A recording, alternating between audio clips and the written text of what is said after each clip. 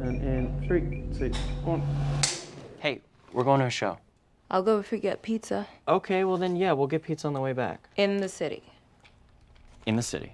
I think fans are going to be enthralled by the love letter that this film is to New York City. I actually had the idea for day one when I was writing Quiet Place Part 2, because when I wrote the opening for the Abbott family going through the circumstances of the first alien invasion, I thought that would be an amazing story point to drop into the real world in New York City, arguably the loudest city in the world. New York is an extremely loud place, so we spend the first 25 minutes of the movie kind of in New York as it is, and it's loud and noisy and there's so much life, and then being able to switch over into the kind of quiet version, the introspective version, is going to be really fun. And it feels kind of surreal because New York is so noisy. So if it's ever not noisy, if it's ever quiet, it feels very odd and kind of ominous. There are so many movies about New York, especially New York invasion and destruction movies. There are always these kind of iconic moments that are very much like, hey, look, oh no, the Empire State Building fell over. So we kind of shied away from that stuff and tried to give more of the sense of the city after there's been kind of this pall of destruction. Cut there. And in one of my first conversations with John Krasinski, he mentioned to me that one of his missions with this franchise was to expand the potential for what a thriller can do, not to just keep making the same movie over and over again. He really wanted different tones and textures and themes and getting out of the driver's seat as actor, as director, and handing it over to an artist that he respects, and in so doing, make it totally new, you know? I really was impressed by that.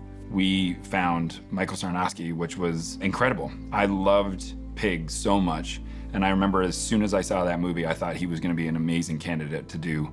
If he would have us, we would have him as well. And so when he jumped in, we were thrilled, and he saw his way into this story, in the framework of the story, in such a specific way that was something totally unique to him. I hadn't thought of anything like that. And he created the character that Lupita goes on to play, and it was just brilliant. It was so smart. I'm gonna share a poem I've been working on. It's called This Place is Shit.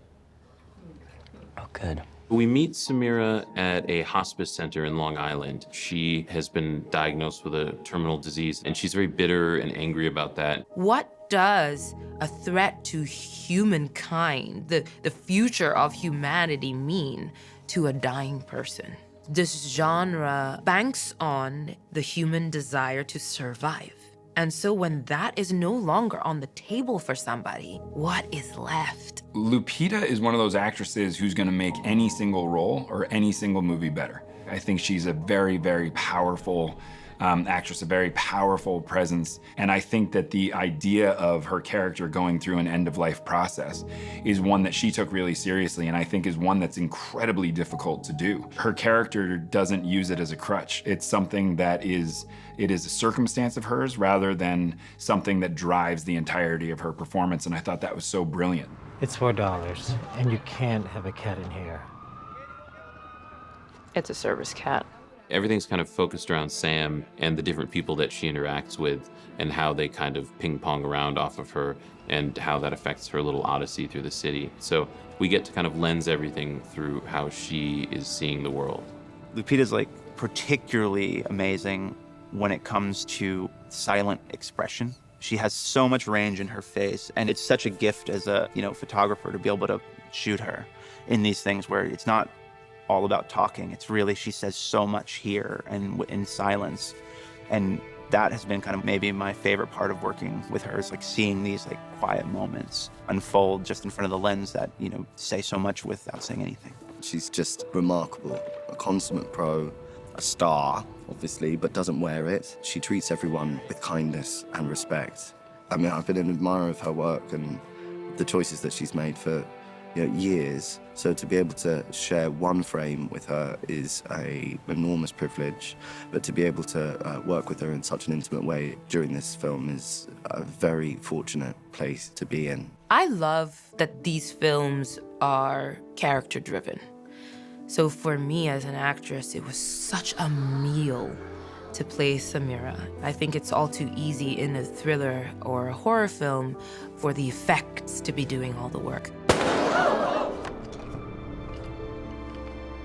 I mean, there were two things with Lupita. One, she brought so much emotion to the character scenes and the scenes where she had to portray so many things that were going on, from terror to sadness. But then also, like, she lost a good amount of weight for this project and was very slender. And, you know, it affects your energy levels and affects what you can do with your body. But she still, you know, would show up for these very intense sequences and just knock them out of the park. I knew the only way to play Samira was to lose the weight. I'd never done anything like that before, and so it was a very intimidating prospect. Because the thing about losing weight, and the reason why I wanted to do it, is that there's a vulnerability that you feel in your body when you're hungry. Action. What I came to learn is that vulnerability is magnified tenfold when you're hungry and underweight. And so the state I was in perfectly allowed me to apply myself to her condition, because I couldn't do things at 100%. The transformation of her character in this film was quite unbelievable, and she's transformed to really looking very frail, and I was a bit concerned, you know. Tremendous dedication, yeah.